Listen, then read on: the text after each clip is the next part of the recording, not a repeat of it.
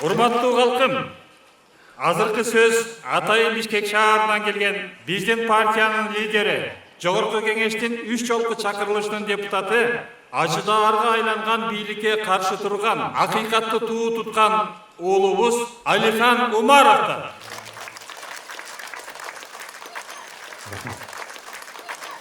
Ассаламу алейкум, ардактуу агайын туугандар.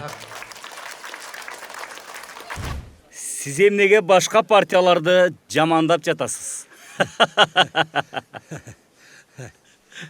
Айланайындар. Мен 3 гана партияны айтып атам. Ал Аталык, Жаңы Багыт, Ак Нур партиялары.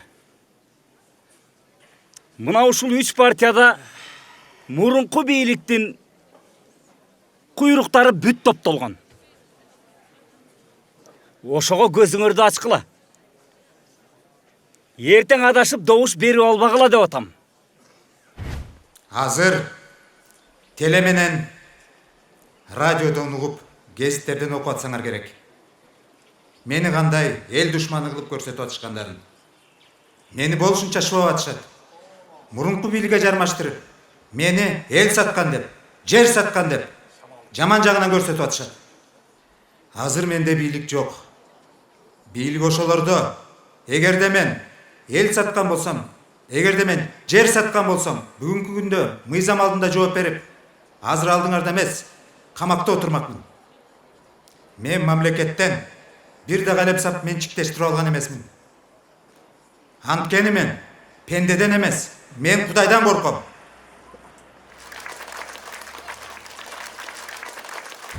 Баарыңыздарга чын дилден ыраазычылык билдирем. Эми мен сөзүмдү жыйынтыктайын. Баарыңыздарга белгилүү, баарыңыздар жакшы билесиздер азыркы жаңы бийликтин жүргүзгөн саясатын. Бул Кыргызстанда таза бийлик орнотуу саясаты. Мына биздин Ак Ордо партиясынын ою да, максаты да, тилеги да дал ушунда. Жаңа бийликтин тилеги эмне? Анын ою, тилеги Кыргызстандын тарыхында биринчи жолу орун алып отурат. Ал таза шайлоо.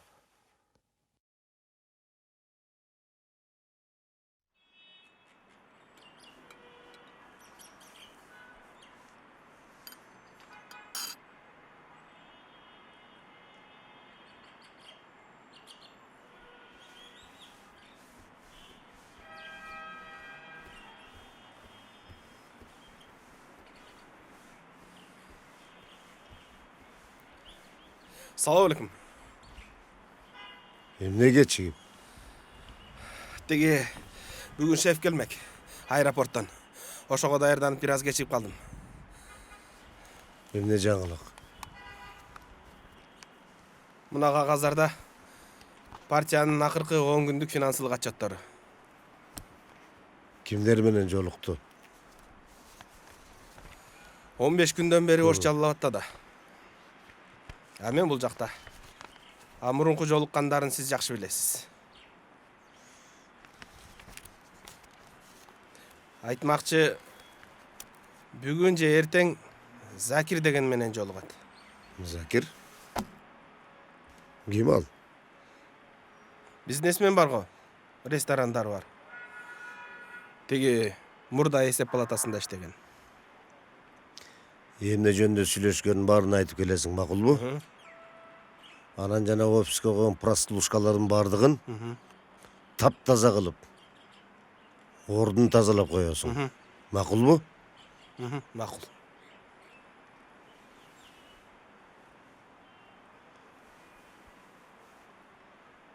Штаб иштеген Анара деген ким? Сүйлөшсөк болобу?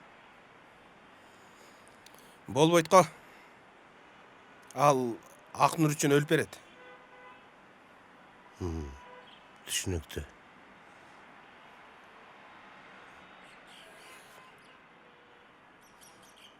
Байке, Эмне? мен Ак Нурдан негизи алардан кетсемби дегем. Да?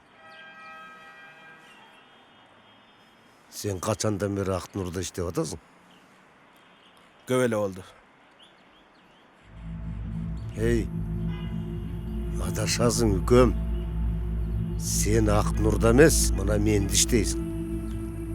Түшүндүңбү? Мен кет дегенде кетесиң, кел дегенде келесиң. Эмне олтурасың? Тур жөнө. Ишиңди кыл. Макул. Жакшы калыңыз.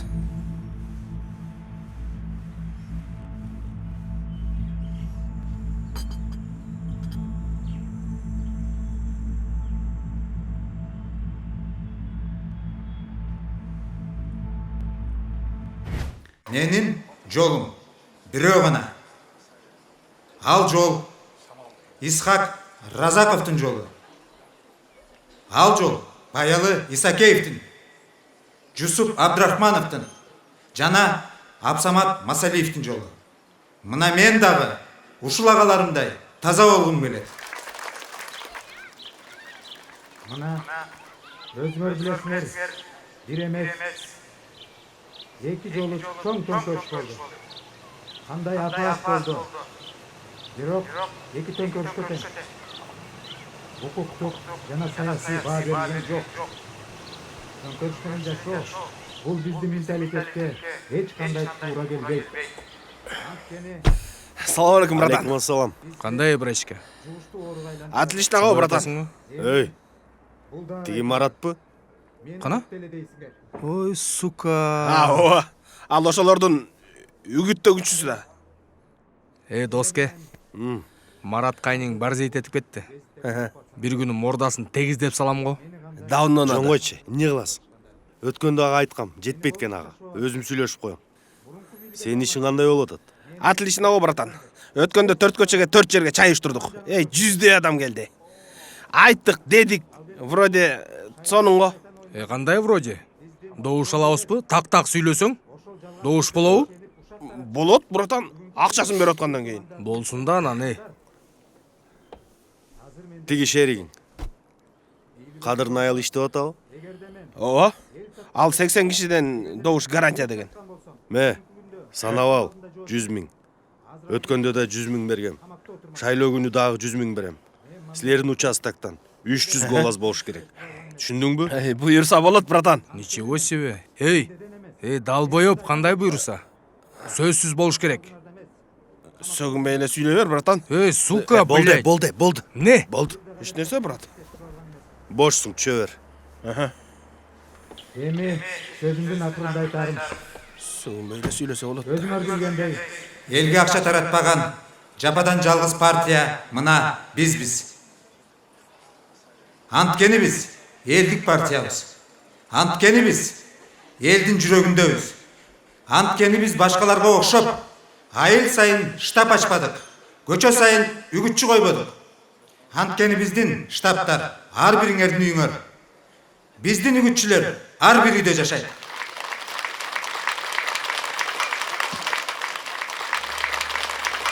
Бирок катуу сүйлөйт акең. Энең турай. Сөзүнөн башка эч нерсеси жок мунун. Өткөндө айылдаш айтты, 3 жолу депутат болуп, не деген кызматтарга отуруп.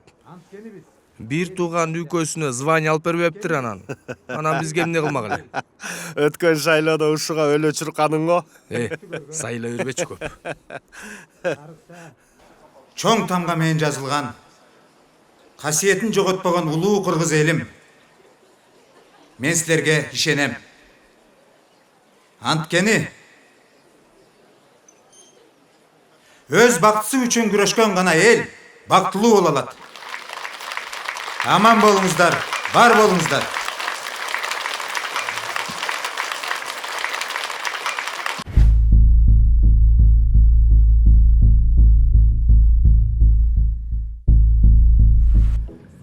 Суун аччы. Кечинде сенин туугандарың катып сыйлап коюшту да. Эми кыйналып атам. Азырдан чогулбай калды, шеф. Шайлоодон кийин дагы сыйлайбыз. Буйруса. Так, мен азыр штабка барам. Сен бүгүн теледебатка чыгасың. менин ордума. Давай, даярдан. Сіздің ордуңузга бу?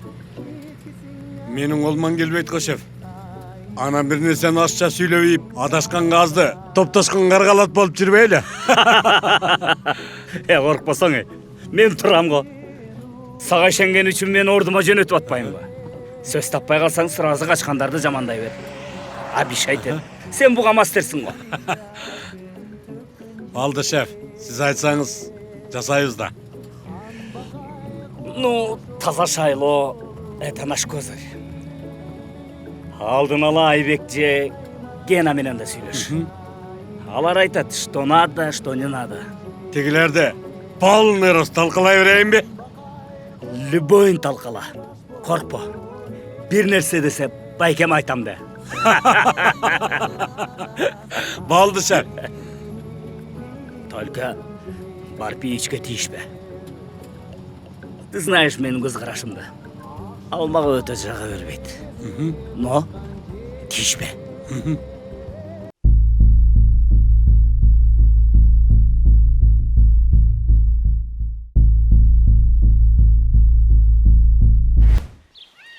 Так, акелер, маселени кыска нуска сүйлөшөлү. Мен азыр Бишкекке срочно кетишим керек болуп атат. Анда кандай? Биз жака барбайсызбы? Барайын деген эле ниетим бар. Бүгүн Бишкекте теледебатым бар. Ошол жака жетишип калайын. Бизге барбасаңыз болбойт. Же элге окшоп биздин газетабыз жок, же илген баннерибиз жок, же эчтеке таратпай жатабыз. Башка партияларды көрсөңүз, ар бир көчөгө штаб ачып алышкан. Анда биз кандай кылабыз? Бектур аке, биз элдин партиясына окшоп акча чача албайбыз. Андай акча бизде жок дагы, билесиз дагы. Агай, капа болбоңуз. Анда биздин иштешибиздин деле кереги жок экен да. 4 адамдын башын бириктирип чай бере албасак, эртең эч ким бизге добуш бербейт. Андан көрө бир аз тыйын бөлгүлө, бир эки жерге чай уюштуруп коелу. Сиз кандай кызык кишисиз я?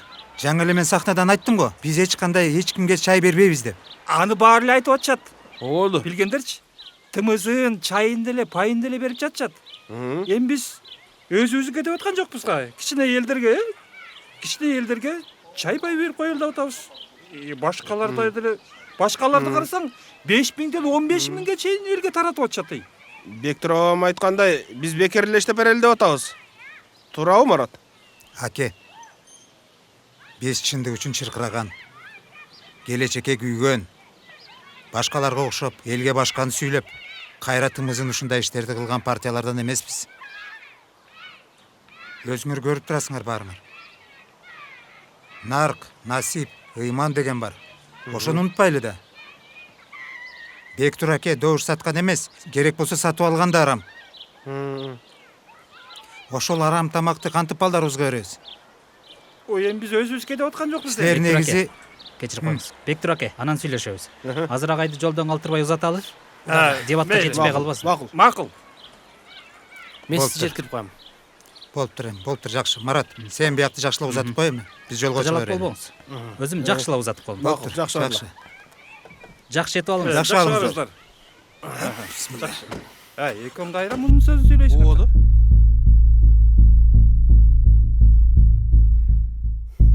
Кадыр Албаевич, сиздерди кээ бир партиянын лидерлери, качкан президенттердин куйруктары керек болсо ошол адамдар каржылап атат деген сөз жүрүп атат да, бул боюнча оюңуз кандай?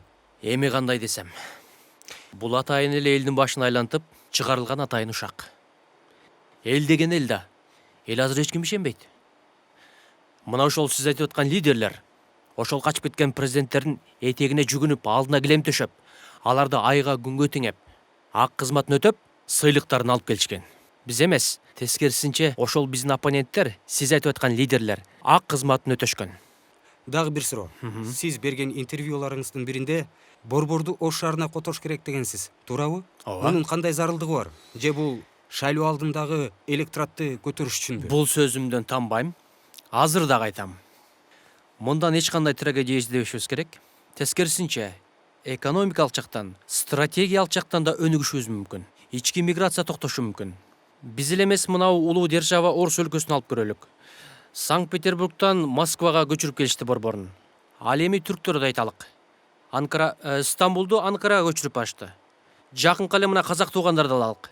Жакынкы аралыкта Алматыны Астанага көчүрүп ашты. Ал эми чыгыш өлкөсүндө эң бай делген мына Корея мамлекетин алалы. 5 жылдан бери буйруса деп айтып келатышат. Борбор Сеул шаарын Седжон шаарына алмаштырабыз деп жатышат. Бул жерде эч кандай трагедия жок. Тескерисинче өнүгүшүбүз мүмкүн. Чек ара маселеси чечилиши мүмкүн. Стратегиялык жактан, экономикалык жактан өнүгүшүбүз мүмкүн. Бул иш чара менен биз артка кетпейбиз. Өнүгүшүбүз мүмкүн. Да, угатам. Дурус Калматович, угатам. Ооба. Мен бардык маалыматтарды сизге жибергем. Рұқсатпы? Мениби? Резиденцияга? Ооба, барам. Азыр мен саатын жазып алайын. Жарайт. Түшүндүм сизди.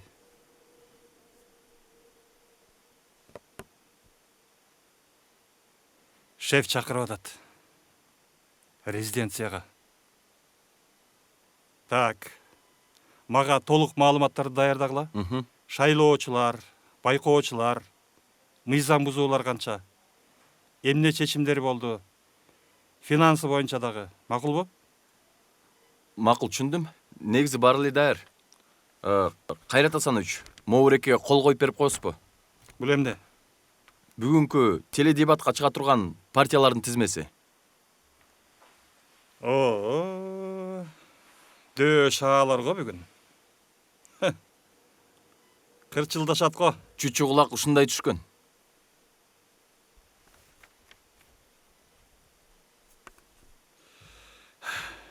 Ме, өзүң барып катышкын. Бизге акыркы күндөрү ызы чуунун кереги жок. Макул. Аз калды, чыдагыла. Бизден кетпесин.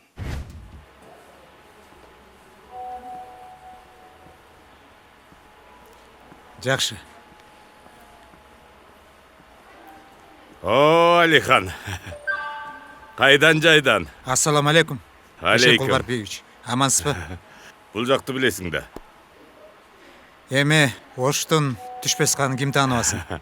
Теледебатка Салам алейкум. баратасың. Бүгүн Кудай буйруса чоо болобуз да. Жолукканың жакшы болду, көз сүйлөшүп алалы. Сенде сөз бар. Макул. Капа болбойсуңар, Жүр.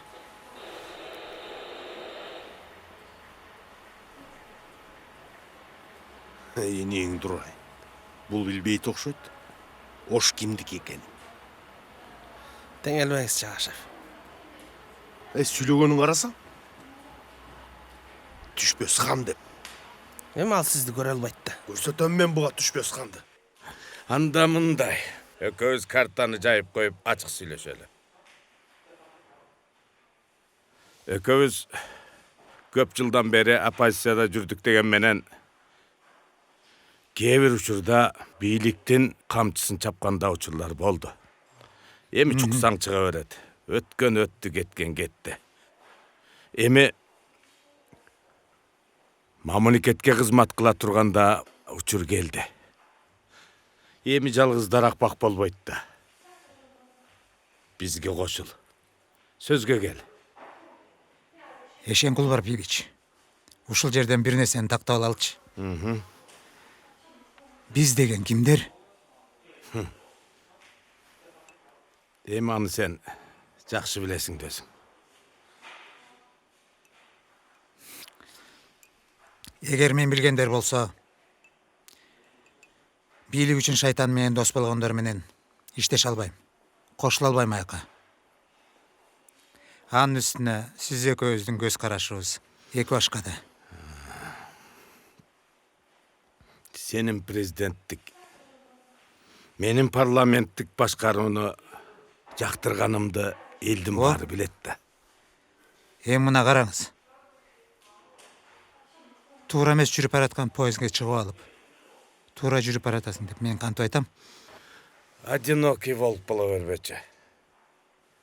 Буюрса, тарых жарата турган маалыбыз келди.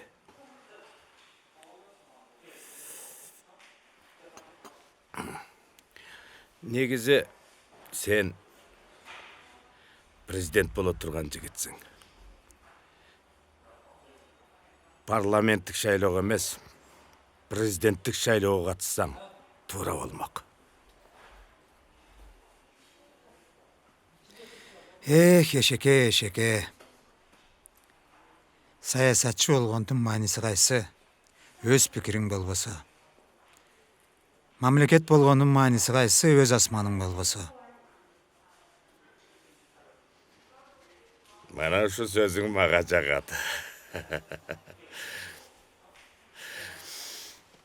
Регистрация башталды батыр. Кандай досым? Жакшы, рахмат. Качан келдиң? Бүгүн эртемен учуп келдик. Жакшы. Эшим. Оу. Муздаткычты ачып койчу. Болду, шеф. Шакеге да кой. Мен ичпейм да. Досум. Для компания. Шаке коньяктан кой. Болуптур. Макул. Эркин Исакович, муну көрүп кол коюп берип койсоңуз. Так, Муратик, бул эмне? Финансы боюнча. Айбек, мен сени өзүң карай бер деп өдүм беле. Сумма чоң болуп жатпайбы, шеф? Канча? Миллион. Кандайча? Мына шеф. Келиңиз, шеф.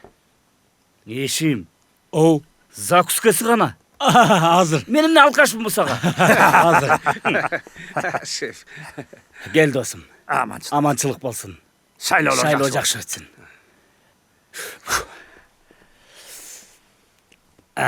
Мына шеф. Келиңиз. Келиңиз.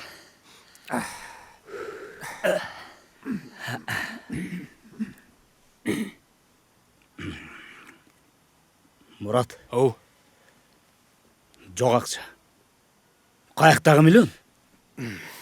Эркин Исакович, эме. Мына. Шаке досум үч область ийини соколо тейлеп койбоду. Силерге окшоп финансы, нюансы деп отурбайлы. Туурабы досум? Эме. Силер жүрөсүңөр көрүнгөн шылтоону мага келип айтып. Иштеген киши Шаке досум окшоп эле иштейт кыймылдап. Тиги көнбөй жатпайбы? Ким? Политолог. Генобу? Ооба. Ушул күйгүздө 4 адам болуп келип алып канды сорду. 150 миң бердиңерби? Бергенбиз. Андан сырткары дагы 150 миң доллар бөлүнгөн. Ушунча акча бөлөсүңөр.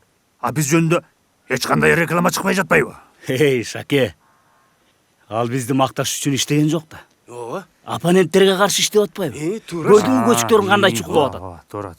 Дагы силер айтасыңар, шайлоого ушунча акча кетеби деп. Туура, шеф. Гена бу жерде Ушул жерде сизди күтүп аткан. чакыр кирсин.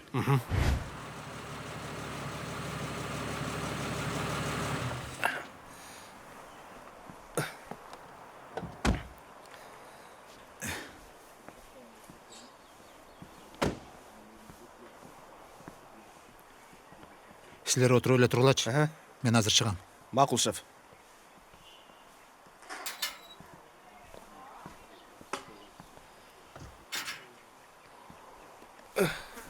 Бул кимдин үйү? Сен билбейт белең. Мен биринчи жолу келип атам. Бул аксакалдын үйү да. Кайсы аксакал? Кандайсыздар?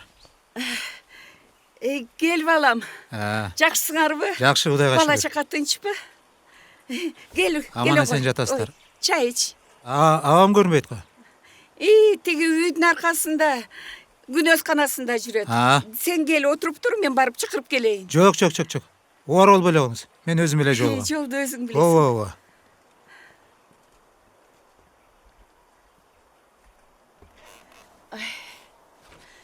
Ой,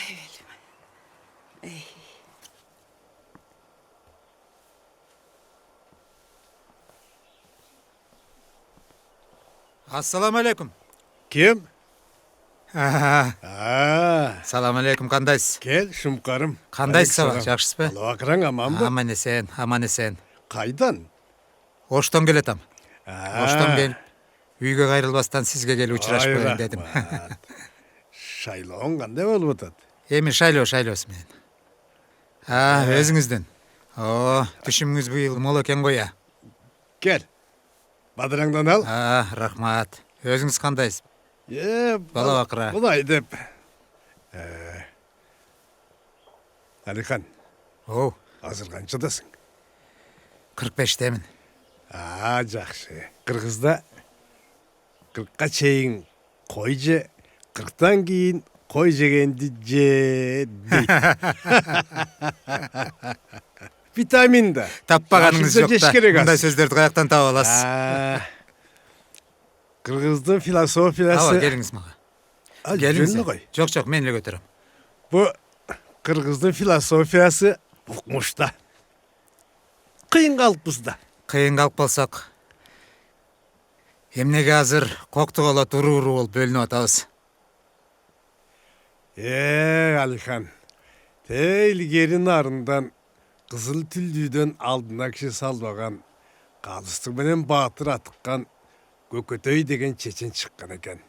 О 16-жылы Үркүндө эл менен кошо Кашкарга баратканда, ашууда сага окшогон бирөө Көкөтөйгө суроо бериптир. Көкөтөй, айтчы.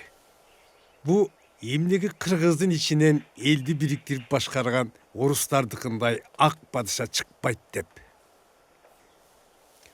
Ошондо Көкөтөй, тууганым, кыргыздан чыгып көп бука черише келсе, батпаган колот сайын көк бука. Буканын эли уй болот, түбү барып кул болот деген экен. Карачы. Ал айткандай, бу манас атабыз кайра тирилип келип эле бириктирбесе, кыргызга кыйын эле болду да.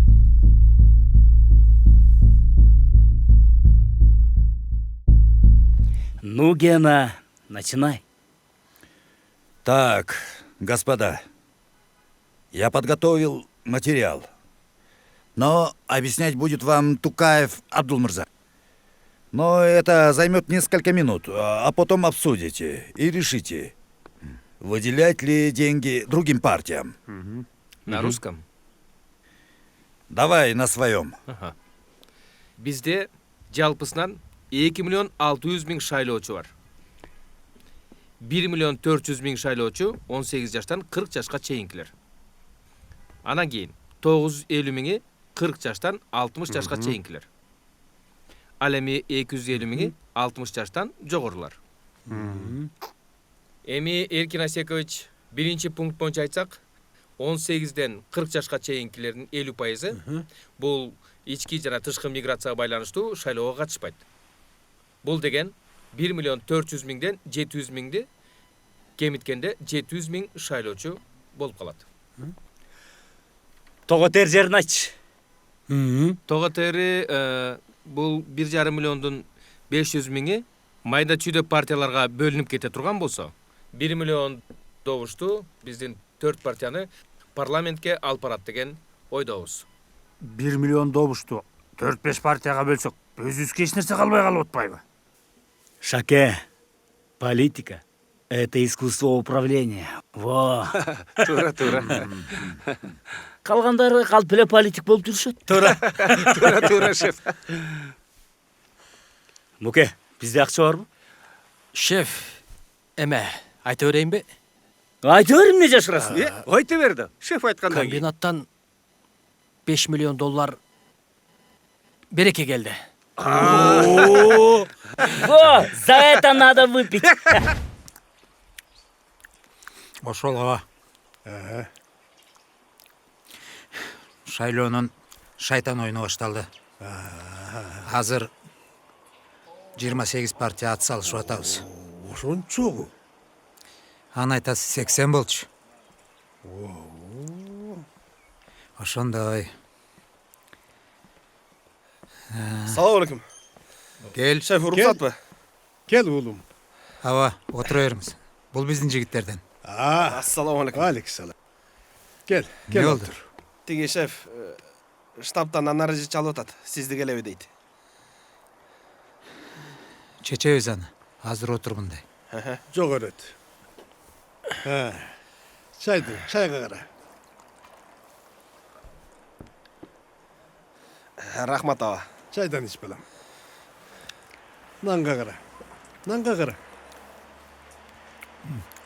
Арбуздан ал. О, Деген ал балам. иммунитетті көтереді. Жеп атам. Мен біраз диетада элем. Құдайға мың мәртебе шүгір. Алихан, ел байыды. Қарасаң, жігіттің диета сақтағанын. Біз жоқшылықта соңойдық. Диета деген анда түшінік жоқ. Болғаны жетелік. Диета деген бұл баршылықтың белгісі балам. Тура айтасыз аба. Сен айтқандай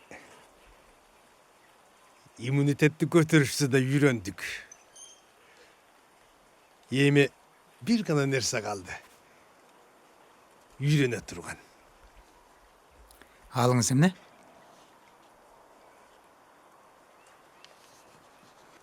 Еме иммунитетті көтерішті үйреніш керек балдар. Қоғам болбай қалды. Илгері Ленин менен Сталинден қорыққан қырғыз бүгін Құдайдан да қорықпай қалды. Сондай заман болып атпай.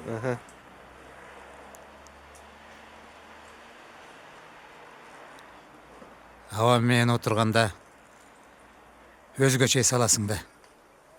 Қой, көп мақтаба. Асан қайық ішінде мақтай бұл.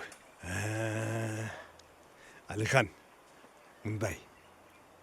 Андан көрі ертең келіншеңді алып біздікіне келіп кәді. Біз де сілерді сағындық. Bir bağırlaşı oturalım. Ертең бе? Оба. Келебіз, албетте келебіз. Ертең бе? Ертең штабта. Ана-анан сүйлөшөбүз. Oğlum. Senin kesibin қандай? Журналист аба. Журналистиканы аяқтаған. Жақсы. Бирок 1 жылдан бери шепке жардамчы болуп иштеп атам. Jurnalist bilgenge vraç. Врач дейсизби? Ооба. Jurnalistin kalemi жанагы врачтын скальпель бычагы. Коомдун аппендицитин кесип турган. Бирок абайлаш керек. Туура эмес нерсени жазсаң, кээ бирөөлөрдү кесел кылып өлтүрүп аласың. Жанагы врачтар тура эмес операция жасап, бирөөнү өлтүрүп алгандай. Да.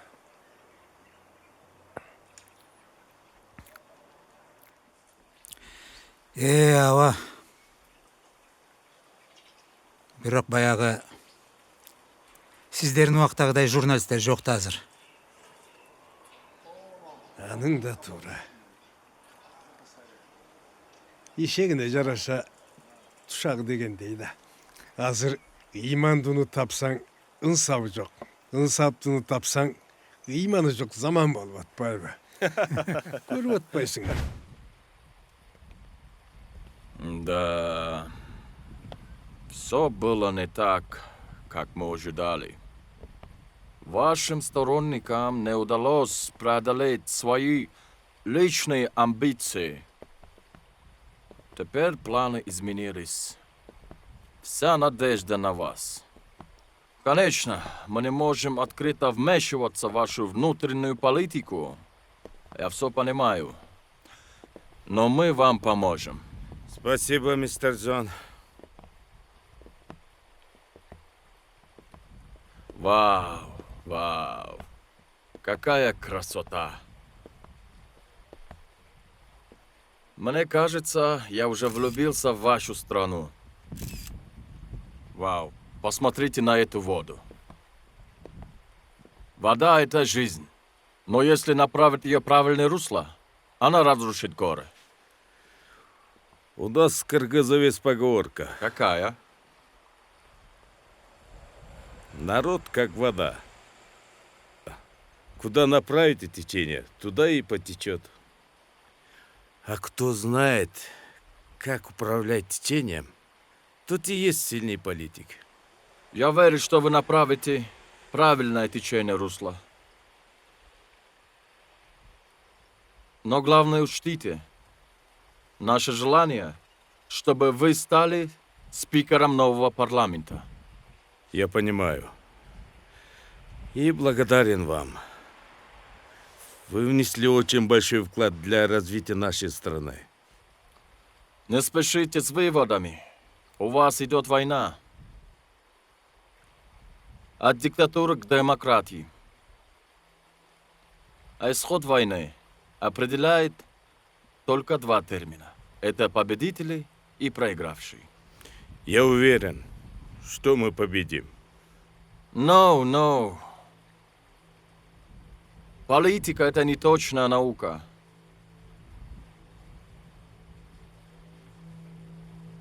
По факту, одна из 4 оппозиционных партий является АКНУР. Остальные — это так, сказочники, которые даже не разбираются в парламентаризме. Не беспокойтесь, мистер Джон. Мы знаем, что делать. Тогда на этом и спасибо. Спасибо, мистер Джон. Но... Ах, да. Для конфиденциальности сумка будет под номером 3. До встречи. До встречи.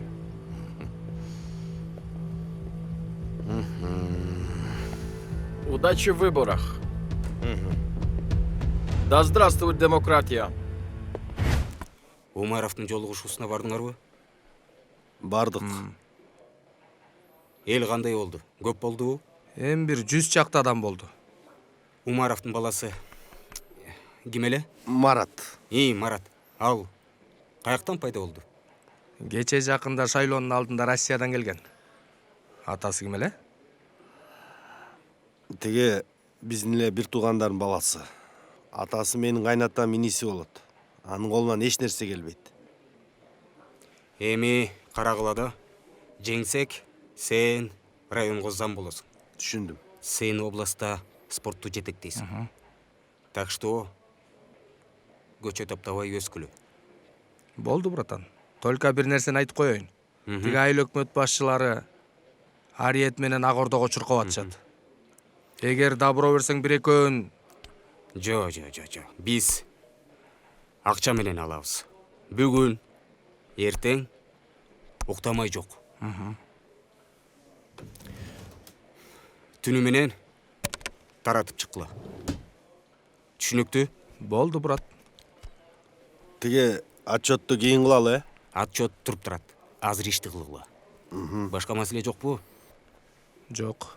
Давайте анда, жүрөлү.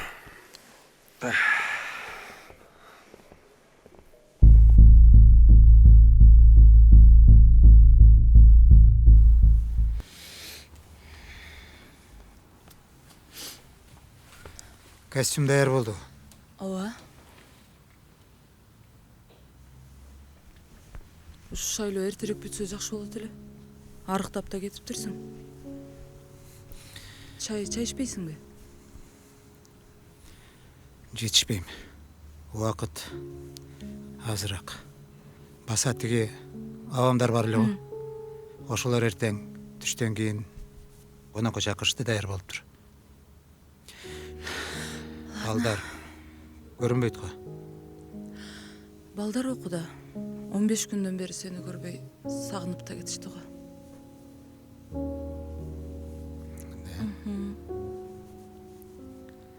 Балдар эле. Баарыбыз сагындык.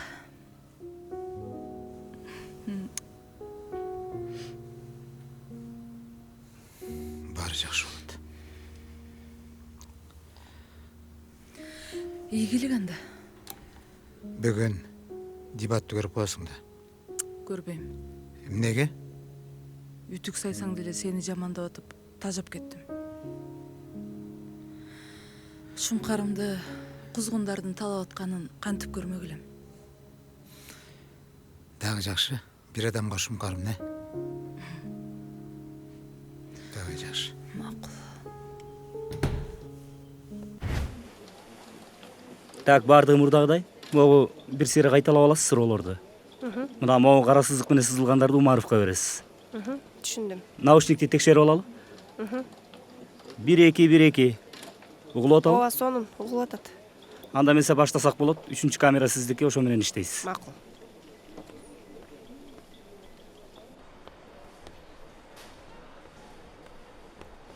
Даярсыңбы? Кандай көрсөтчү. Так. Анда сценарий боюнча кете бер. А булардан вообще коркпо. Макул. Керек болсо пошел деп айт.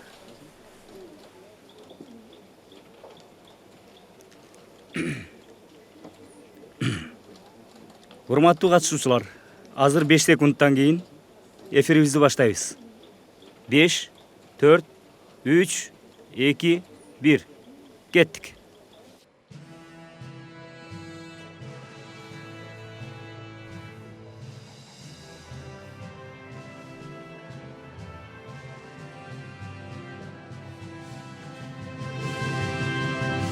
Мына башталды.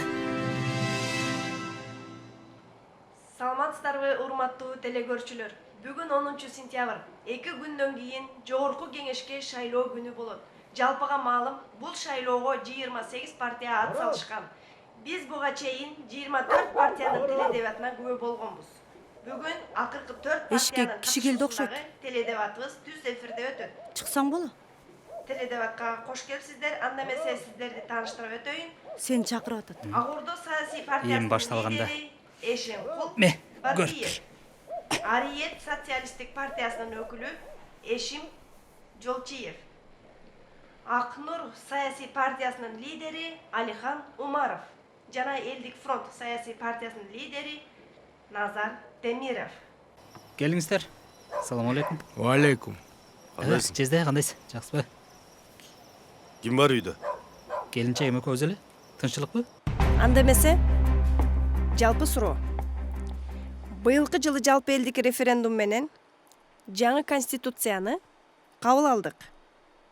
Бул конституциянын негизинде Кыргызстан Орто Азиядагы биринчи парламенттик президенттик өлкө болду деп серепчилер айтууда. Эми суроо. Парламенттик башкаруу бизге керекпи? Келиңиз, сизден баштасак. Тилекке каршы биз суктанган мамлекеттердин бардыгы батыш мамлекеттери. Азыр биз башыбыздан кечирип жаткан өткөн мезгилде алар 100, 200 жыл мурда, мүмкүн андан да мурдараак, алар да өз убагында өткөргөн. Менин айтайын дегеним, эгемендүү Кыргызстаныбызга 20 жыл толду. Ошол батыш өлкөлөрү 200-300 жылда алып келген парламентаризмде биз 20 жылда орното алдык. Кийинки сөз Ариет социалисттик партиясынын өкүлүндө. Эми мындай да. Чала молдо дин бузар, чала саясатчы эл бузар дейт да. Кээ бир эл бузарларга элдин үнү муңу менен жазылган конституция жакпай атат. Туурабы? Бул конституцияны айта турган болсок, өкмөт башчынын укугун президенттин укугунан жогору кылдык. Сөз келгенде айтпасаң, сөз ата сөйлөт дейт Кыргызда. Өкмөттү ким шайлайт? Эң көп добуш алган партия шайлайт. А партияны ким тандайт? Эл тандайт. Мына теңдик. Мындан ашык элге эмненин кереги бар? Рахмат чоң. Сөз Ак Нур саясий партиясында. Рахмат. Конституция бул коомдук келишим. Коомго зарыл болсо, коомго керек болсо, конституцияны кайрак караш керек. Бирок учурда силер жактырган айга күнгө теңеген конституция биринчи шайлоодо эле өзүнүн туура эместигин көрсөттү. А бул эмнени айтат? Бул деген келе турган депутаттар 90% азыркы курс менен алганда 5 Это Умаров не подарок. Если он выиграет эти парламентские выборы, кто на президентских выборах тоже победит. Я не верю. Это ерунда. Ваши бывшие тоже не поверили. И где они сейчас? 5 министрлик мага, 4-өсү мага, тигил область сизге, бул область бизге деп ичара бөлүшүп, жогорку кеңеш кадимки баягы кызмат бөлүштүргөн бир жага Ол айланат. сизден жомогуңуз. Антип элдин оюн бурмалабаңыз. Эч качан андай болгон эмес. Эч качан андай Эшенкул болбойт. Барпиевич. Мен сизге дагы айтып коеюн. Сиз Эшенкул элдин башына Барпиевич, айтпаңыз. мен сөзүмдү бүтө элекмин. Конституция. Кечиресиздер, Мен урматтуу сөзүмдү бүтө лидерлер. элекмин. Элдин мүдөөсү. Урматтуу Эшенкул лидерлер. Мен Барпиевич. сизге дагы айтып коеюн. Кечиресиздер. Мен сөзүмдү бүтүрүп алам. Эрежени Намаз окуйберип сактаңыздар. калгансыз. Уланта бериңиз. Ошол жанагы биржа шайлап берген өкмөт эртең иштебей койсо, жоопкерчиликти ким алат? Ким жооп берет? Эч ким жооп бербейт. Алар соодалашат дагы, улам башкасын кое беришет. Мына түпкү маңыз каякта? Сизге чоң рахмат. Элдик фронт кезек сизде. Албетте. Биз буга чейин президенттик башкарууну көрдүк. Бир кишинин этегине намазды окуп көрдүк. Эл кайрадан келген кокон хандыгын жоюп, аруу тилектери менен жаңыланууну күтүп отурат. Мына, эми бардык жактан теңдик орнойт. Кошумча барбы? Бар. Айтыңыз. Мен таң калам да. Мына, жөнөкөй эле салыштырмалуулук. Эркиндик менен теңдик от менен суудай бири-бирине кошулбай турган нерсе. Эркиндик бар жерде эч убакта теңдик болбойт, иним. Бул мыйзам ченемдүү көрүнүш. Мына азыр баарыңар президенттин укуктары кыскарды деп атасыңар. Жок, андай болгон жок. Бүгүнкү күндө президент азыр 2 ажыдарды чеңгелине кармап отурат. Ал кайсы ажыдар? Ал кайсы? СМБ менен прокуратура. Ошол келе турган 120 депутатка артынан кубалап жүрүп иш козгоп, куугунтукка алып, президент өзүнө каратып албаса мына мага келгиле. Ошондо мына мен айтты дейсиң. Эми аны көрөбүз. Кимге ким иш козготот. Мүмкүн сизге иш козголуп калат. Эми Эшенкул Барпиевич, кимди кандай тагдыр күтүп атканын ал бир Кудайга маалым. Сиз Кудай эмессиз. Мен Кудаймын деген жокмун. Мен Кудаймын деген жокмун. Мынакей ошо сиз айтып аткан кокон хандыгы мына эми түзүлөт. Нүзүптүн тагдыры балким сизди күтүп тургандыр. Балким сизди күтүп турат. Чоң рахмат. Убактыңыз бүтүп калды. Ариет партиясы сизде кезек. Эми мындай да. Эстүү киши эринбейт, эл жактаган жеңилбейт дейт. Учурда Умар мырза өткөн жашоосун дагы эле эстеп жүрөт окшойт. Ал кетти. Жок. Эми көздү ачалы да. Эми өкүнсөңөр да, жок ал күн. Элдин каалоосу элдик бийлик өрнөсүн деп атат. Түшүнгүлөчү. Аттан түссөңөр дагы мындай үзөңгүгө жабышпагылачы. Братишка, сен эмне болтасың? Эчтеке? Эмнеге? Айылдын баары жаңы багыт деп атса. Эмне 4 көчөдөгү шагылды көргөн жоксуңбу? Айылдын башында трансформаторду көргөн жоксуңбу? Ушунун баары айыл үчүн кылып атат жаңы багыт. Сенин партияң эмне кылды? Айтчы, эмне кылып бердиңер? Түртүнбөй сөгүнбөй эле сүйлөй бер, брат. Кайным. Жанатан бери жакшылап түшүндүрүп айтып атат, туурабы? Өзүң билесиң, айылда 80% бир урун балдарыбыз. Аксакалдардын баары добро. Айыл өкмөттү билесиң. Ага кресло болсо болду. Сен эмне болуп атасың? Айылдагы жаштардын баарын ак нурга буруп. Братишка, эртең шайлоо бүтөт.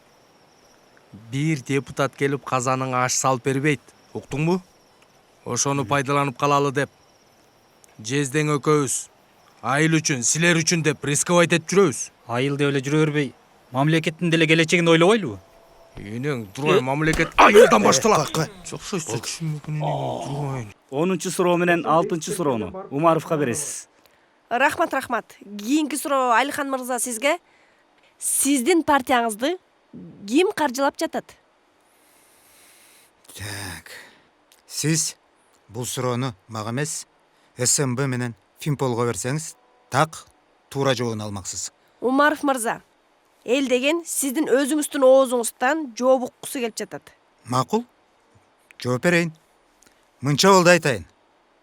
Силер айтып аткан орустар Заман менен Ариет партиясын колдоп атышат. Эмнеге? Анткени өздөрүнүн билими жетпейт, мээси иштебейт. Сабатсыз болгондуктан ошолор башкарып, үстөрдөн буйрук берип отурушат. Ал эми батыш шемполорун алалы. Алар кимди каржылап атышат? Мына маңдайыбызда турат. Ак Ордо партиясын колдоп атышкандары айдан ачык белгилүү. Именно ошол эмпоочулар бир адамдын этегине намаз окуган системаны сындырып жатышат. ЭНПОнун кылып аткандары Эшен Кулбарбекович жакшы билип атабыз. Сиз талашпаңыз. Биздин бүгүнкү Жалган нарк айтпаңыз. маселебиз, кадыр баркыбыз. Жалган айтпаңыз. Дагы бир Эч жолдон кандай айтам. меники жалган эмес. Алар биздин келечегибизге күйбөйт. Урматтуу катышуучулар, келиңиздер, маданияттуулукту сактайлы. Уланта беребиз. Мен айтайын, мына мени бизнесмендер эмес, Россияда жүргөн мигранттар колдойт. Анткени мен канча жылдан бери, 95-жылдан бери ошолор менен өнөктөш дагы, өзөктөш да болуп келатам. Биз бүгүнкү күндө тагдырдын эрке балдарыбыз. Алар болсо бүгүнкү күнү өгөй балдардай болуп жүрүшөт. Алар бизге караганда мамлекеттин, ала тоонун, мекенибиздин кадыр баркын жакшы билишет, жакшы түшүнүшөт. Эй, айтсаң тилиң күйөт, айтпасаң дилиң күйөт болуп атат мына жерде. Качкандарды биз кармап келебиз буюрса. Элдин канын соргондорду, элдин байлыгын тоногондорду атыш керек. Айланайындар. Эми адам жалган айткандан уялыш керек кичине. Биз электр энергиясын арзандатабыз.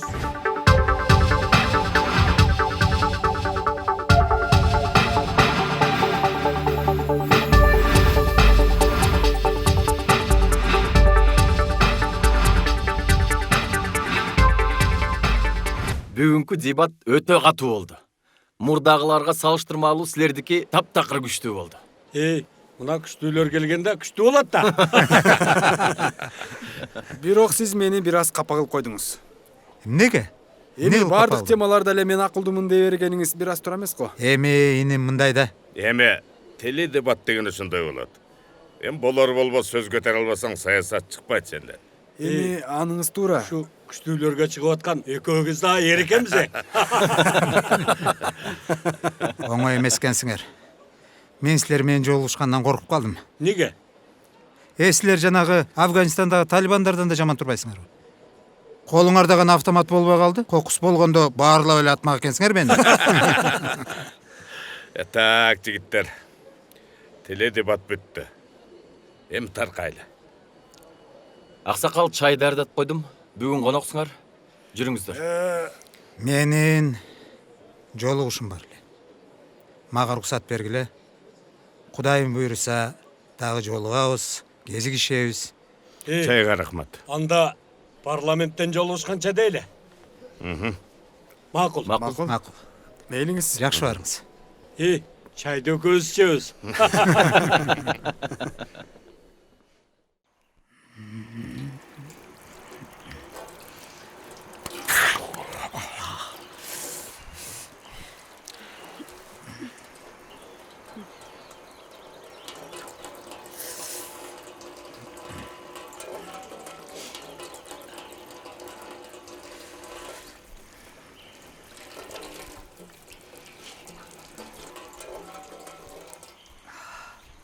Ай болду эми? Көп караны бербей. Сулуусуң. Ме? Жарашат бекен элдин уулуна. Умаров элдин уулу деп койсо эле ишенип алдыңбы? Элди эмне кыласың? Андан көрө кышты ойлосоң боло. Машина таап келип, беден алып келбейсиңби? Жамгырда чирийт. Койчу Айдай. Билип туруп сүйлөйсүң да.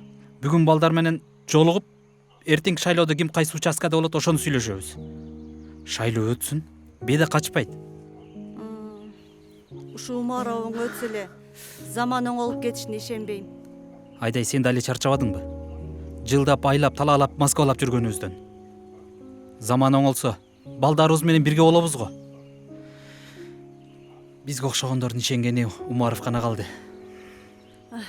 Ким билет. Жүр андан көрө чай ичели.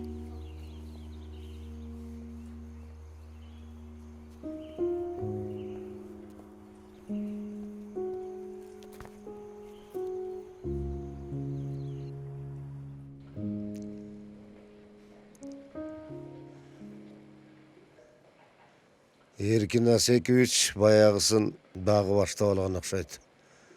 Телефон чалсам алган жок. Ага чалбаңыз. Эмнеге чалмак элеңиз? Сиз мамлекет үчүн иштеген адамсыз.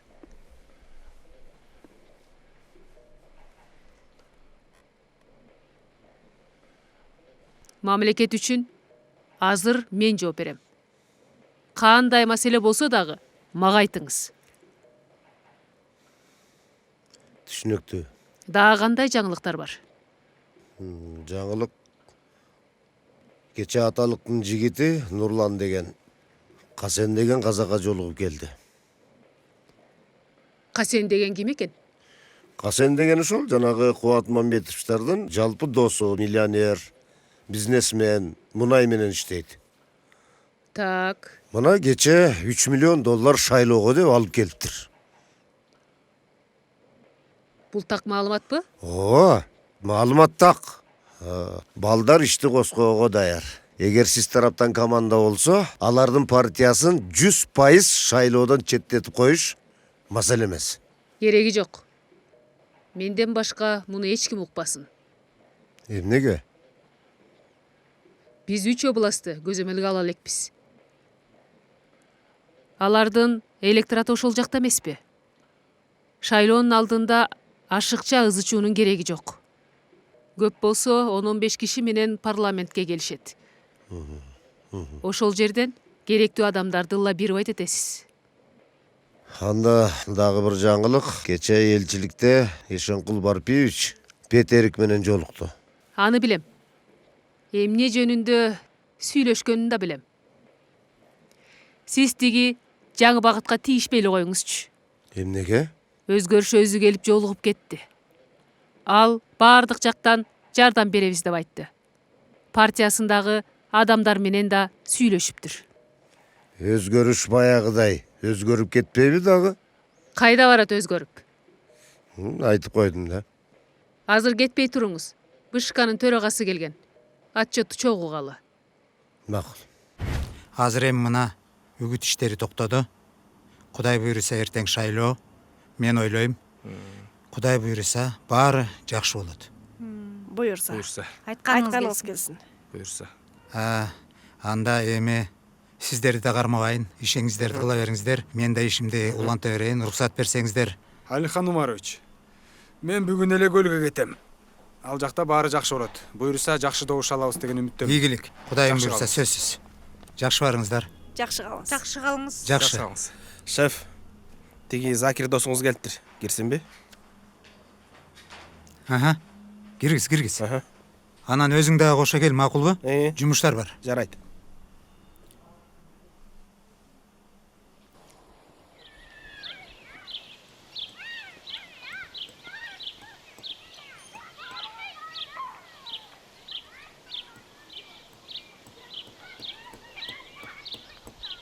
Салам алейкум. Кишилгери болсун. Алейкум салам. Кандай Марат? Баса көскөн не болду? Жыгылдым. Асхат, скажи прямо. Балдар шашып атпайбы? Эми айтканда эмне? Барыңар эле көрүп турасыңар. Баткен менен көлдө 220 миң, 240 миңге жетпеген шайлоочу болуп атат. Но Талас менен Нарынды Жалал Абад менен Ошко теңеп иш алып барбагыла да. Нарында 160 миң. Таласта болсо 130 миңге жетпеген шайлоочу болуп атат. А Жалал Абадта болсо 490 миң. Ошто 540 миң шайлоочу болуп атат. Туурабы? на то пошло 5% көрсөткүчтөн өтүш үчүн талас менен нарындан 5000-7000 добуш алуу жетиштүү. Оштон болсо 50.000ден ашуун добуш алышыбыз керек. Бизге кыйын болот атпайбы? Так что тизмени карайлы. Андай болбойт. Шайлоого 2 күн калганда ушу кипиштин эмне кереги бар? Башында сүйлөшүлгөн, тизме бекитилген. Эмне болуп атасыңар дагы? Вот, сүйлөшүлгөндө. Ким 7000 добуштан өйдө ала турган болсо, автоматтык түрдө алдыга жылат деп едиңер беле. Туурабы? Короче, мен билбейм, мен жылбайм. Өзүңөр башында айткансыңар. Тыйынды бересиң, золотой десятка киресиң деп. Эмне болуп атат дагы? Десятка боюнча айтып аткан жок да. Анда эмне болуп атат? Кийинкилерди айтып атпайбы? Сен кызуулана бербечи. Анда азыр эмне кереги бар ушу кипиштин? Бүт балдар региондо болсо, биз үчөөбүз эмнени чечебиз? Мен батыраак кетишим керек. Мен да кетишим керек болуп атат. Мен да шашып атам. Просто бышыктап коелу да. 7000 добушту алып алып, акчанын баарын чачып. Анан 4 жылдап кезегим келет деп күтүп отургум келбейт. Асхат, сен туура эмес айтып атпайсыңбы? Эмнеси туура эмес? Биз прогноз боюнча мына биринчилерден болуп келебиз. Коалиция түзгөнү буюрса баары бизге келишет. Өкмөттүн 50%-ын алсак, мына бизге момундай жетет. Алдыңкы 10, 20, 30 кетет кызматка. Сага да орун бошойт. Балдарыңа да орун бошойт. Сарсана болбочу, Ну смотри. Самоуверенность внушает человека. Ошондуктан бар жокко даяр бололу. Бар мүлкүбүздү таркатып анан көчөдө калбайлы. План Б'ны да сүйлөшүп койгонбуз. Жакшы. Ал учурда жалпы такталган шайлоочулар саны 2.652.000ге жетти. 32 эл аралык уюмдардан 850 байкоочу катталды. Жакшы, абдан жакшы. Каражат маселесин кандай кылып атасыңар? Каражат маселелери жетет. Европалык союз, ПРООН, ЕКУнун бюросу жактан финансылык колдоо гранттары келди. Бул жагынан көйгөй жок.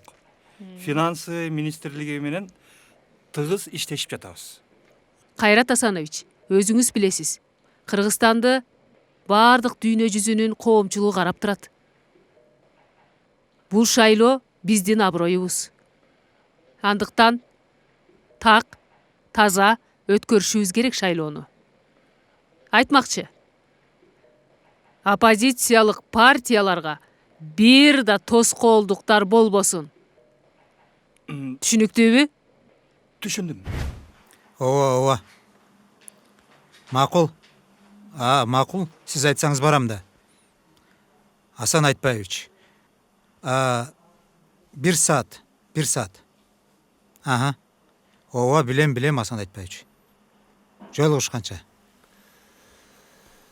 Кечирип кой досум. Келиптирсиң. Жакшы, Кудайга шүгүр. Шайлоо башталды. Башталды буюрса.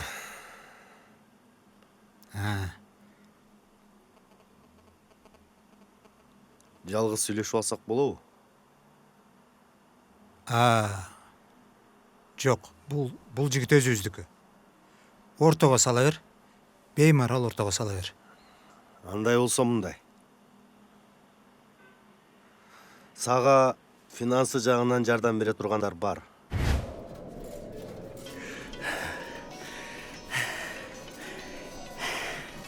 Шеф, чалып атат. Бош эмес деп койчу. Эже чалып атпайбы?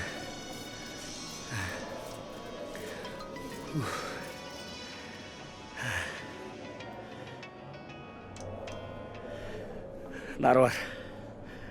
Алло, Да, Айым Төлөковна. иштериң кандай? Жакшы. Мага бир келип кетчи. Бүгүн эмес. Ишти көрүп атпайсызбы? Эртеңкиге даярдык. Макул. Анда кийин келесиң. Ошентели. Финансы эмне болуп атат? Тиги финансысы чечилди. Так, Не переживайте. түшүнүктүү. Штабта эмне жаңылык? Айбек байке чалды. Бизде баары жакшы деп. Дайырды чакырчы. Капельницасын ала келсин. Чота болбой атат. Үйгө келсинби? Жок, паркка келсин. Мен иштетсең кичине. Аха, кечирип коңуз. Кереги жок досум. Теманы жаап алчы. Сенин муногу акылдуу сөздөрүңдү эч ким укпайт азыр.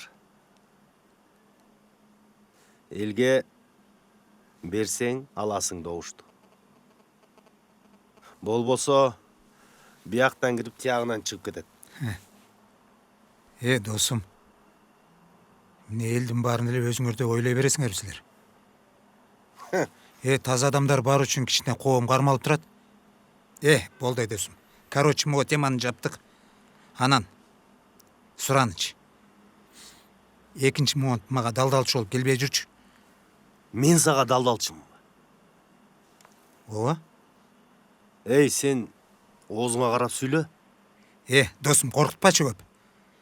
Сен тааныган 10 кишини мен деле тааныйм. Басыраак эле болчу, жерге эле бас. Кудайга шүгүр. Жерде эле жүрөбүз. Болдучу. Койчу. Мен кеттим. Нотацияңды башка бирөөгө оку. Бар студенттериңе оку. Жарайт. Болуптур. Мага экинчи чалбагын. Кудай сактасын. Кудай сактасын. Узатпай эле кой. Отура бер. Узатпай эле кой.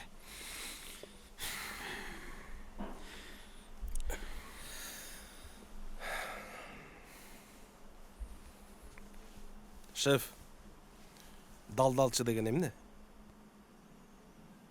Далдалчыбы? Далдалчы могуга окшогон ортомчулар. Өздөрүн бир мамлекеттин бир түркүгүн кармап тургандай сезип алышканда маселени чечип жүргөн решалалар.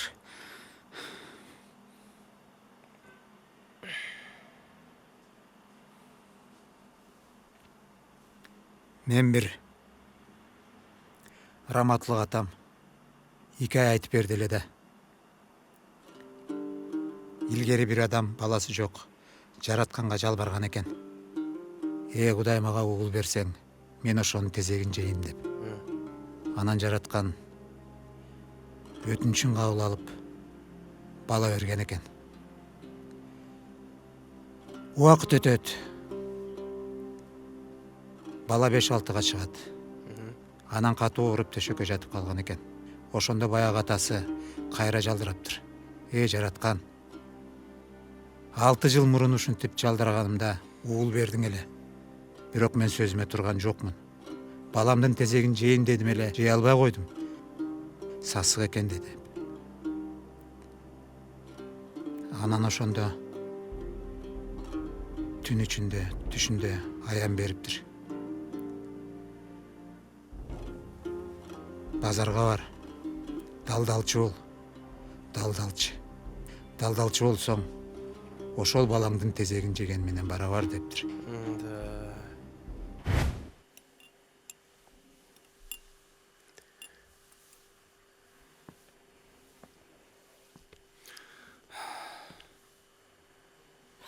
Байке. Чалыңызчы. Келсе келсин. Келбесе жок. Келет азыр. Чалбадымбы? Келетам дебедиби? Если честно, Алихан сүйлөшө турган деле киши эмес. Данное время. Түшүнбөдүм.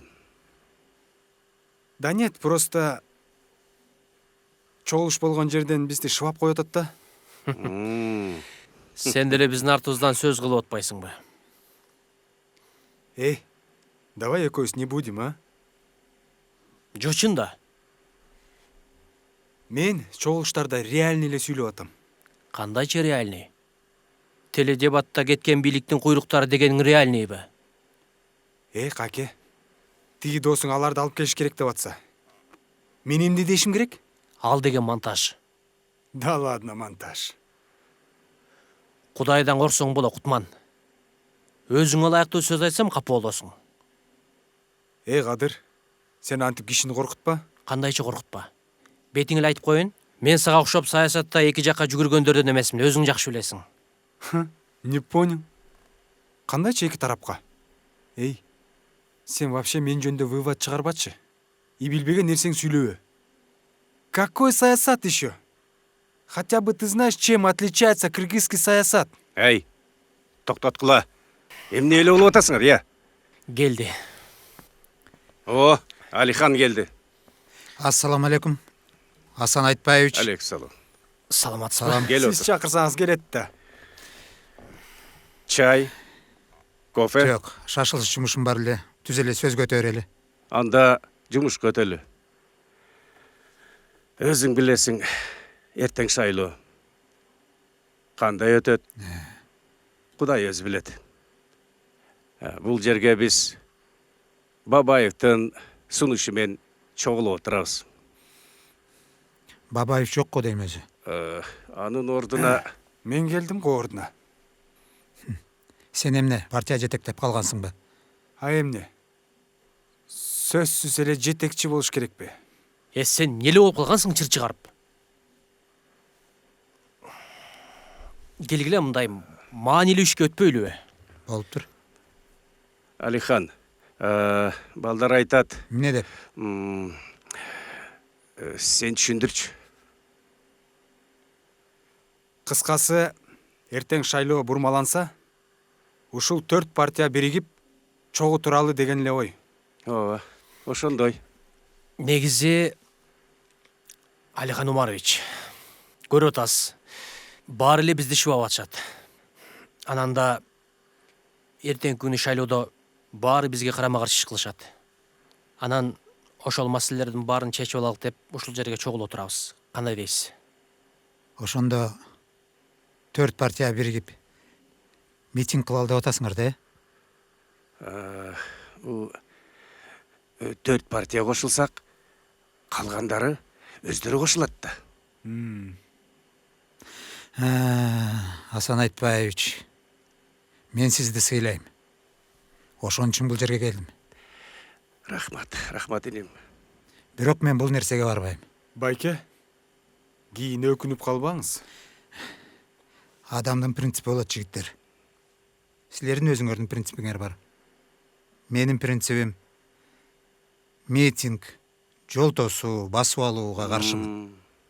Эртең элиң чыгып алсачы? Чыкса чыкканын көрөбүз. Бирок мен лично жапайычылыкка барбайм. Балдар, мына уктуңар. Сүйлөшө албадык. Асан Айтбаевич, анда рухсат берсеңиздер мен турайын. Мен да чыгайын анда. Асан Айтбаевич, сизде 1 мүнөткө рухсатпы? Мейли. Жакшы барыңыз. Макул.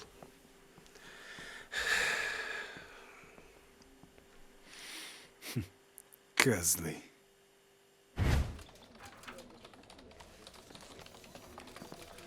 Бул бир группа, дагы 2 группа бар. Ар биринде 30тан киши иштейт. Так. Бардыгы ишеничтүү балдар, кыздар. Мисалы, ар бириси Facebook'тан, Одноклассниктен, Контакттан 10 профиль ачып алганда, бул жерден эле биз 300 фейк аккаунт башкарабыз. Жалпысынан алганда 1000 фейк аккаунт бар бизде. Анан? Мисалы, заказной материал ала турган болсок, бирөөнү жалган маалымат таратуу же болсо жамандаган материал болсо, бул жерде комментарий жазылат. Поделиться этип, WhatsApp группаларга салынып, жомок имишке айланат. Ал эми элди болсо билесиз да, имиш, ушак дегендерге өзгөчө батыраак ишенет. Эл ишенип атабы ошого? Ишенет. Билесизби, ядролук куралы бар деп Америка Иракка согуш ачпады беле? Мына ошол фейктин күчү менен ошол чоң согуш башталган. Гениалдуу, гениально. Баса айтып кете турган нерсе, фейк аккаунтту ит менен издесе да таба албайт. Эмнеге? Себеби фейк аккаунтту Россиядан, Европадан, Казакстан жана Турциядан ачып койгонбуз. Молодцы. Чыгым кандай болуп атат? Чыгым техникага $50,000. Анан аренда здания, айлык маяна дегендей. Өткөндөгү материал ушул жерден кеттиби? Көрдүңүзбү? Эл кандай ишенди. Азыр массалык маалымат каражаты 4-чү бийлик эмес. Азыр фейк аккаунт 4-чү бийлик. Жакшы. Эң башкысы токтотпогула. Акча маселесин чечебиз. Азамат. Бирок эч ким билбес, макулбу? Сен келечекте биздин командага кире турган жигит экенсиң. Туура айтасың, балам. Биз қан сыйлаганды уnuттук. Падыша жараткандын жердеги көлөкөсү деп кыргыздар пикир айткан эмес. Тең мынасы окугандар билишет. Аба. Парламентке өтүп калсак, көтөрө турган маселе көп. Буюрса дейли. Буюрса.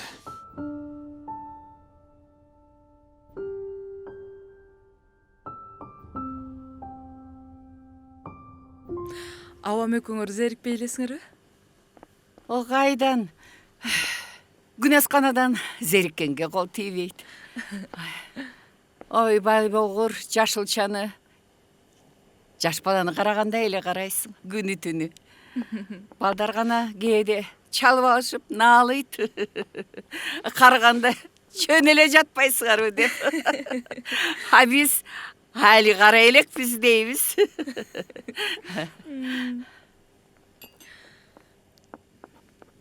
Тиги уулдун кызыбы? Жок, ал тиги шаардагы кызымдын кызы. Ушул неберем бизге эрмек. Чоң уулум университетте мугалим, келиним экөө. Алар дем алыш күнү келбесе мындайда колдору бошобойт. Кичүүбүз чет жакта кичи ишканасы менен элек. Ал эки баласын алып келем деп атат, буюрса. Да, билинбей эле балдарыбыз чоңоюп атат. Биздин дагы. Сени жакшы түшүнөм. Элдин адамынын аялы болуш деле кыйын. Баштан өтпөдүбү? Айтпаңыз.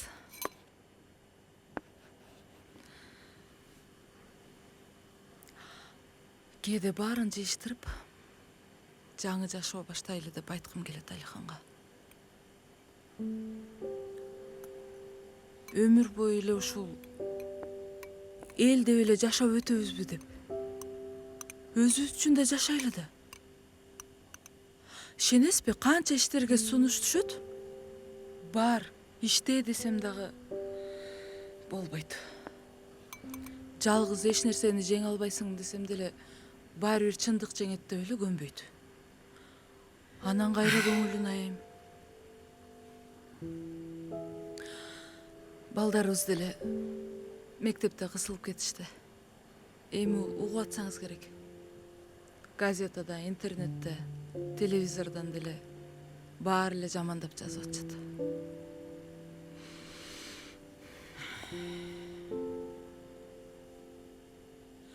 Ошолорду ишенесизби? Окуп угуп алып, ушунча жүрөгүм ооруп, ыйлайм. Арданам. Кой кызым, антпе. Алихандай мырза чанда гана жаралат. Сен андан жүзү үйрүсөң да, эл андан эч качан жүзү үйрбөйт.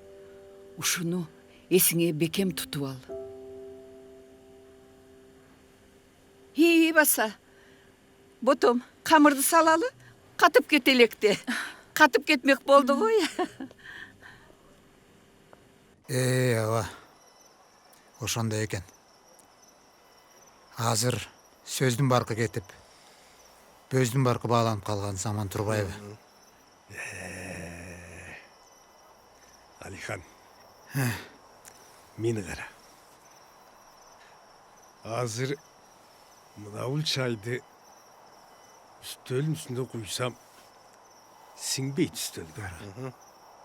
Bunu artış gerek buna. Doğru. Yerge töksem singip ketedi. Kebir adamlar şunda üstölü okşar. Alarga söz sinbeyt. Sebebi üstölді pende jarattı. Жерді Құдай жаратты. Ошол жердегі топырақтан адамды жаратты.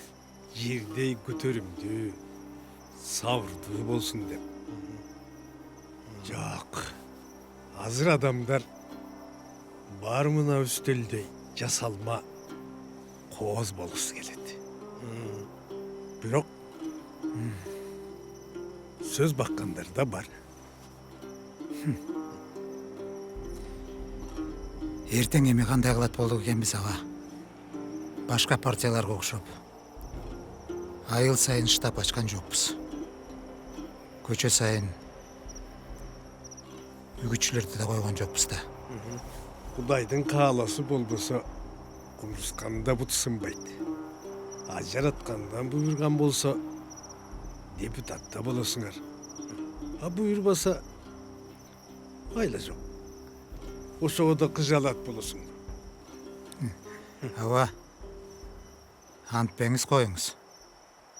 Канчадан бери момча кишилердин жүгүрүп жүргөн эмгеги андан көрө мээнетибиз акталсын да. Алихан, кыргыз жаман түш көрсө да жакшылыкка жоруган. Бу жалган дүйнөдө иши оңунан чыкпай калса, аны деле жакшылыкка жоруп кой. Бир кокустук болсо, Кудай сактады деп, Кудайды эстебейбиз.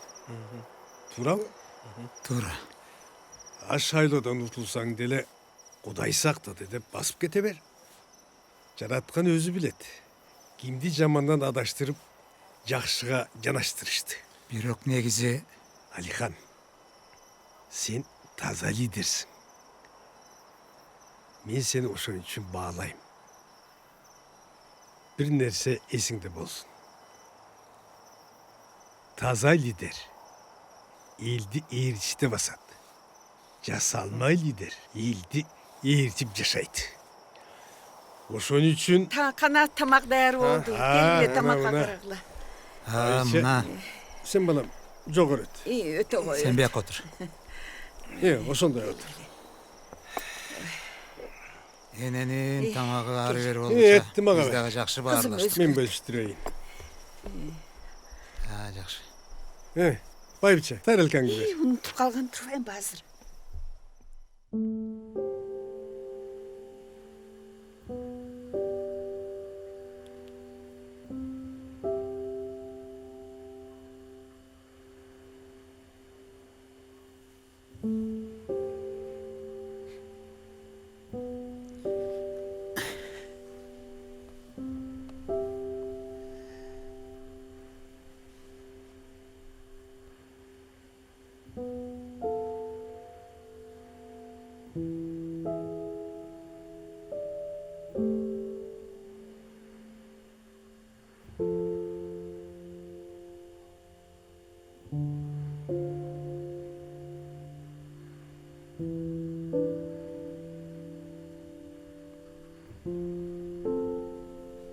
Ой, эмне турасыз? Кийинбейсизби? Бүгүн сиздин байрамыңызда. Сиз менен чогуу шайлоого барып, сизди шайлап келейин. Макул.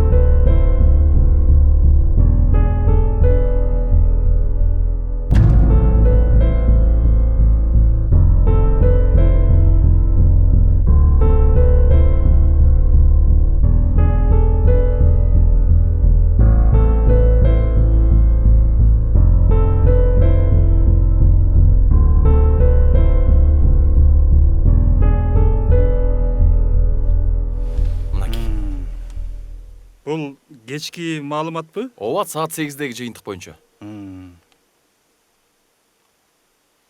Ак Нур дагы өттүбү? Ооба, өттү. Ак Ордо өтпөй калдыбы?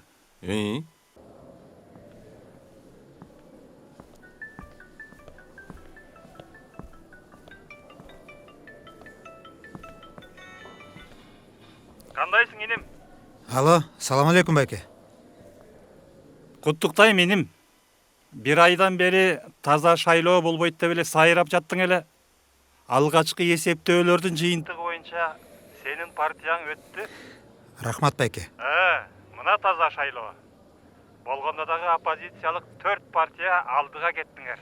Кайсы партиялар экен? Алихан, азыр мен пресс-конференцияга баратам. Ошол жерден угасың. Сүйүнчүңдү даярдай бер. Макул байке, сөзсүз.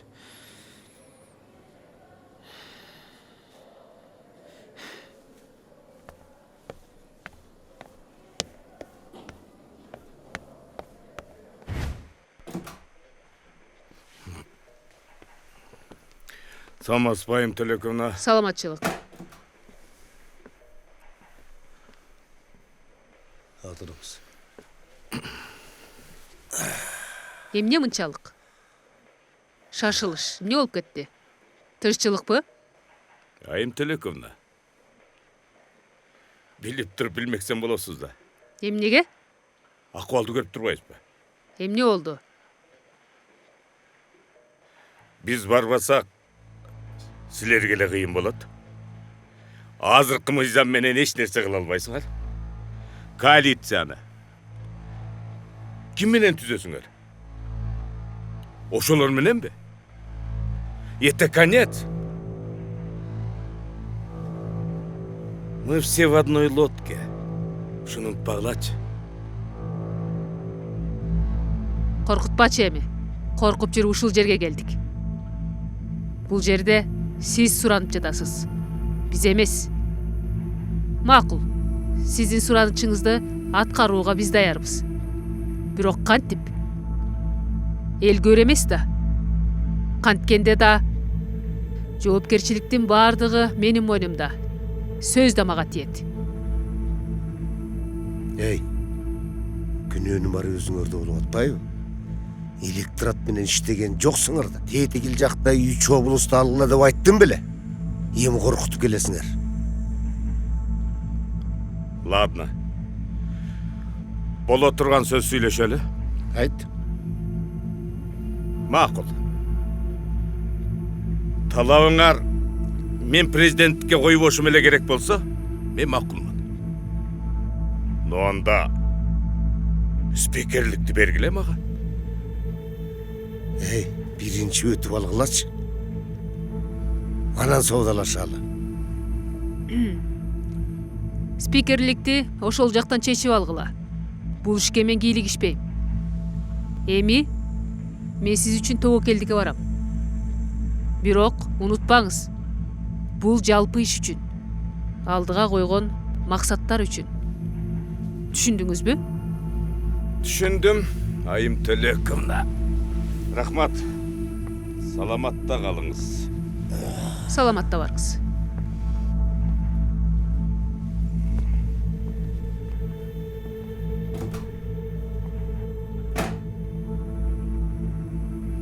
Сиз эмне турасыз?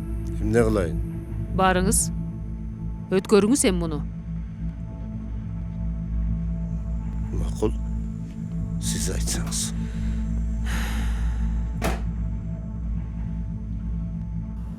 Beş пайыздык мерчемден 5 партия өттү. Алар Аталык, Ариет, Заман, Жаңы Багыт жана Ак Нур партиялары. Сүйүнчү туугандар! Өттүк Ак Нур! Уттук! Ак Нур! Шефке кеттик, шеф!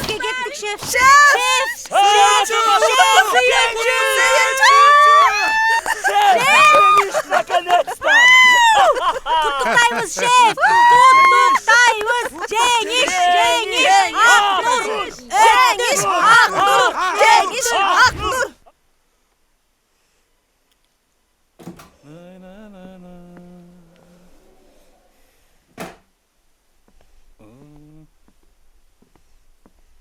Hoy. Assalomu alaykum aka. Kelingіз. Qandaysiz? Jo'g'ar o'tdingiz? Altırar. Qanday ishlar? Жақсы. Bitti konferensiya? Aa, bitirdik. Жақсы болды. Endігisi qanchada? 10'da? Жоқ, 11'de. 11'de. 11'de.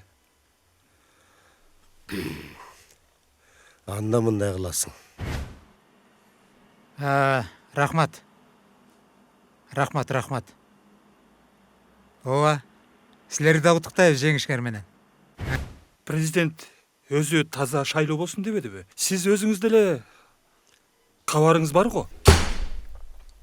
Мен сага президент. Сен үчүн президент муна мен саат 11'degi пресс-конференцияда 5-ci партия болуп Ак Ордо болот. Түшүндүңбү? Senin başın buraya jököbü. Sen alдағы келесі башың үшін қошымча тісмен ойлап тапқан емеспіз. Çet elden келген бардық doğuşтарды Акнурдан кем етесің. Түшінді? Түшіндім. Жетет яқтағылған былықтарың барын чұқыш керек пе? Жоқ. Сүйлөштік пе? Сүйлөштік. Uzatma.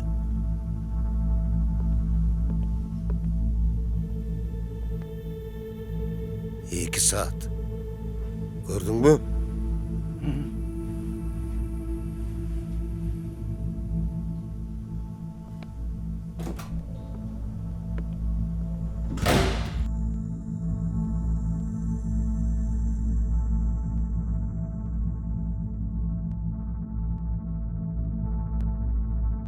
Урматтуу массалык маалымат каражаттарынын өкүлдөрү, Борбордук шайлоо комиссиясынын 23:00-гө карата шайлоо жыйынтыгы боюнча жыйынды баштайбыз. Учурда аймактык участкалардан келчү маалыматтардын 80% келип түштү. Шайлоого чыккан 28 партиянын 5-өсү белгиленген чектен өттү. Кечиресиз, айтсаңыз, алар кайсы партиялар? Алар азырынча Аталык партиясы 240.103 добуш, Ариет партиясы 229.450 добуш, Заман партиясы 219.657 добуш, Жаңы Багыт партиясы 205.760 добуш, жана Ак Ордо саясий партиясы 156.830 добуш менен алдыда. Тилекке каршы калган партиялар 5%-дык мерчемден өтө алышкан жок. Saat 21:00'dөгү жыйынтык боюнча Акнур партиясы өттү дегенсиз. Азыр анын тизмеде аты жок. Туура айтасыз. Жалпы 2.637.000 шайлоочу алгач катталган. Ошол эсептен алганда Акнур партиясы 132.000 добуш менен өткөн. Бирок кошумча тизме менен 232.000 шайлоочу бүгүн добуш берди. Аны биз азыр кошуп эсептедик. Көрүп атам. Анан Жалпы сүйлөшөлүчү. шайлоочулар саны автоматтык түрдө 2.869.000 болуп калды. Ошол себептен Шеф. 5%-дык чен өлчөм Срочно пресс-конференция өткөрөт окшойбуз. 450 добуш болуп саналат. Азыр кеч. Учурда Аны кылсак, партиясы эртең-эрте кылабыз. 679 добуш топтоду. Мага 4 облустан бир жолу айтам. адамдар чалып атышат. Түнү Түнү менен боз үй тигип, эртеңден баштап митингге чыгабыз деп Эртең саат 10. даярданып атышыптыр. Жок. Сабыр боло. Сабыр. Байке, Бюллетендер дагы Кайдагы аймактарда сабыр? саналып жатат. Бул шайлоо башталгандан бери шыво, басмырлоо, жала жабуу. Мына өзүңүз көрүп турасыз. Кошумча тизмелер. Эми кандай? Кайдагы сабыр? Оппозициялык партияларга атайын буттосуу эмеспи? Барыңар билесиңер да, менин митингге каршы экенимди. Жок андай жок. Кайсы партиялардын наразылыктары болсо, Алихан, кайрылса болот.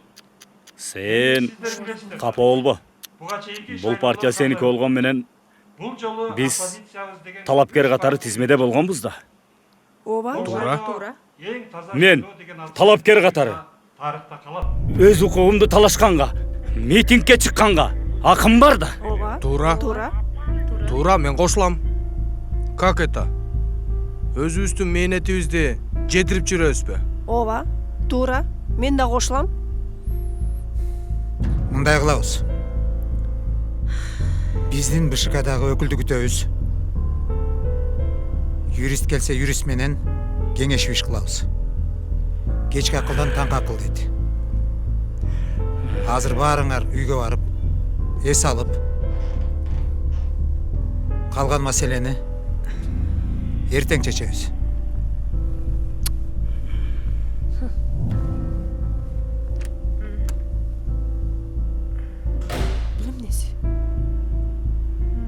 Муну кандай түшүнсө болот? Я. Давайте. Омаровду отуруп ушул күнгө туш келдик. Чалгыла элдерге. Чыксын.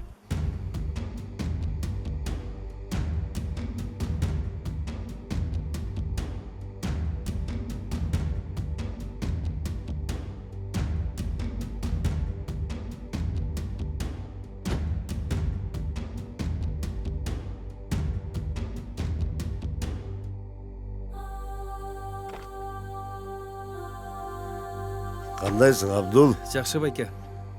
Куттуктайм шефиңе көңдү. Рахмат байке. Эми сөздүк. Жана фейктериңди ишке сал. Срочно сал. Уже ишке салынды. Таза шайлоо, тарыхта биринчи жолу и так далее. Эй, таза шайлоо жөнүндө ансыз айтышат. Бул башка тема. Так. Омаровду шыбаш керек. Ушундай шыбаш керек, өмүр бою элдин душманы болуп калгыдай шыбаш керек. Сколько времени надо, столько дадим. Финансы без проблем. Чечебиз. Абдул, давай закопаем эту гниду. Да, байке. Бул боюнча бизде проект даяр уже. 1 жыл иштесек элдин оозунда айланып жүрө берет. 1 жыл эмес. 10 жыл бою иштешиш керек. 10 жыл бою бүгүн башташ керек. Түшүндүңбү? Түшүндүм. Давай.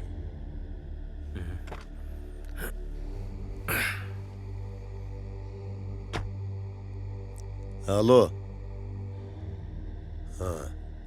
Эмне жаңылык? Митинг? Митинг кылам деп жатабы? Эгер митинг кылып кызы чуугула турган болсо, эртең пресс-конференция бересиң. Эмне деп бермек элең? Ушунча жыл жанында жардамчы болуп жүрөсүң. Кемчилиги жокпу? Эй, бала. Эмне эле андан коркуп жүрөгүңөр түшүп атат? Болду. Токтот сөздү. Даяр бол.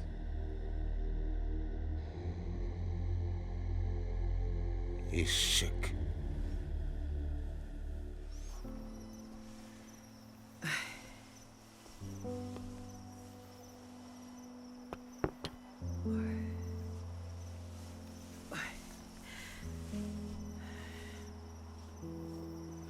Эми көп кейи бербечи. Шуңкарыңдын өтпөй калганы жаман болду дечи. Кел, чайдан ич.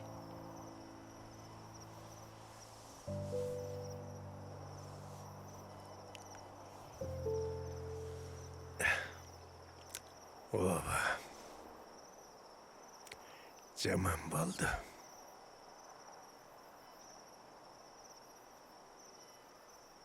Баары Кудайдын буйругу да. Түн бір уақыт болып қалды. Тұр эми, тұрып жат, ес ал. Балким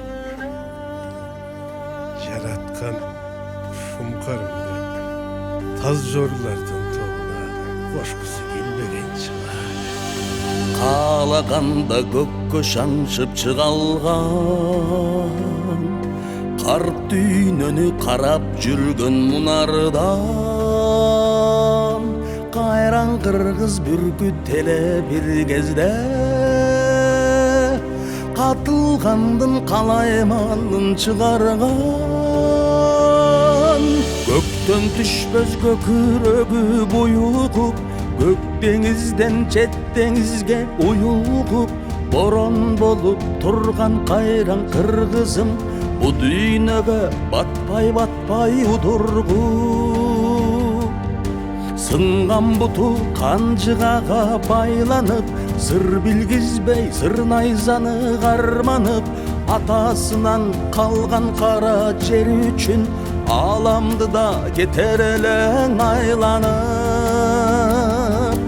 ал жашоого не келгенин билчеле ата журтун жандан артык сүйчеле көр дүйнөнү садакача көңүлгө көкүрөгүн көкөлөтүп жүрчеле келди заман кең дүйнөнү тарткан келгин куштар баарын басып алышкан башталданан жем талашкан тирилик башсыз жырга башсыз калып даанышман көк бүркүтү тоок канага камалып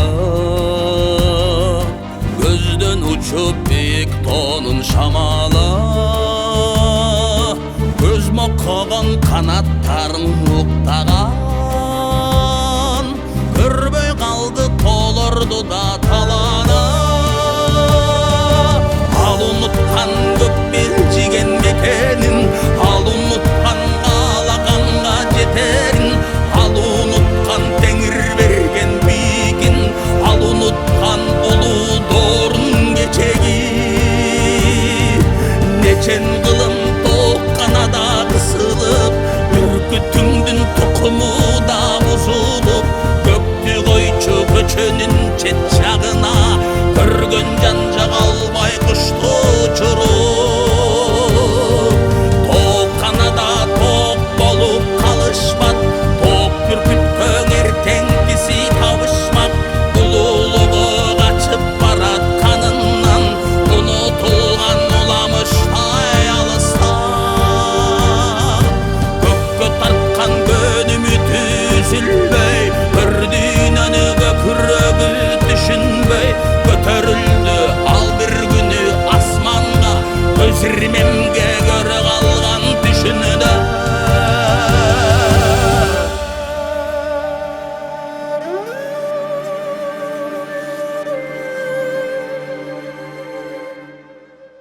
ушул түшүн өңгайланчы жараткан